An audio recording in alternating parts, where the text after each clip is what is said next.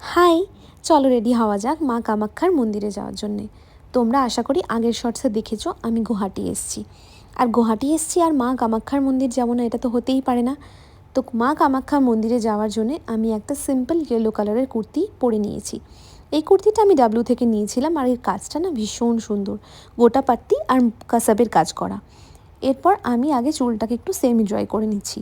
আমি সবসময় semi dry করি, আমি কখনো ফুল ড্রাই করি না, কারণ আমার মনে হয় তাতে অনেক বেশি ড্যামেজ হয়ে যাবে আমার, তাই জন্য আমি একটু সেমি ড্রাই করে নিই, তারপরে আমি ওটাকে এয়ার ড্রাই হতে দিই।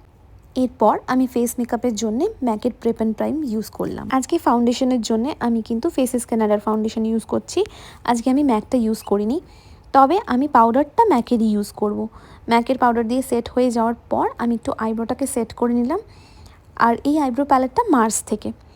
এরপর আমি করব হচ্ছে একটু সিঁদুর পরে নেব। এই সিঁদুরটা আমার পারুল গার্গের থেকে নেওয়া সিঁদুর, আর এই সিঁদুরটা ভীষণ সুন্দর। আজকে আমি একটু ব্যাকা সিঁদুর পরেছিলাম, পরে সেটাকে ভালো করে ম্যানেজ দিয়ে নিলাম। তো তারপরে একটুখানি গোল্ডেন কালারের গ্লিটারি আইশ্যাডো চোখের ওপরে দিয়ে নিলাম, আইলাইনার পরে নিলাম। আর এই লিপ লাইনারটা আমি নতুন জুডিও থেকে নিয়েছি, আই গেস 99 বা 199 এরকম কিছু প্রাইস নিয়েছিল। জুডিওরই একটা নিউড কালারের লিপস্টিক পরে নিলাম, সুগারের একটুখানি ব্লাশ দিয়ে নিলাম। এবার আমি অলমোস্ট রেডি। এবার শুধু আমি একটুখানি স্প্রে করে নেব মুখের মধ্যে। এনভাইরবিয়ের একটা স্প্রে আছে, এই স্প্রেটা মেকআপ সেটিং স্প্রে, এটা আমি মুখের মধ্যে ভালো করে স্প্রে করে নিলাম।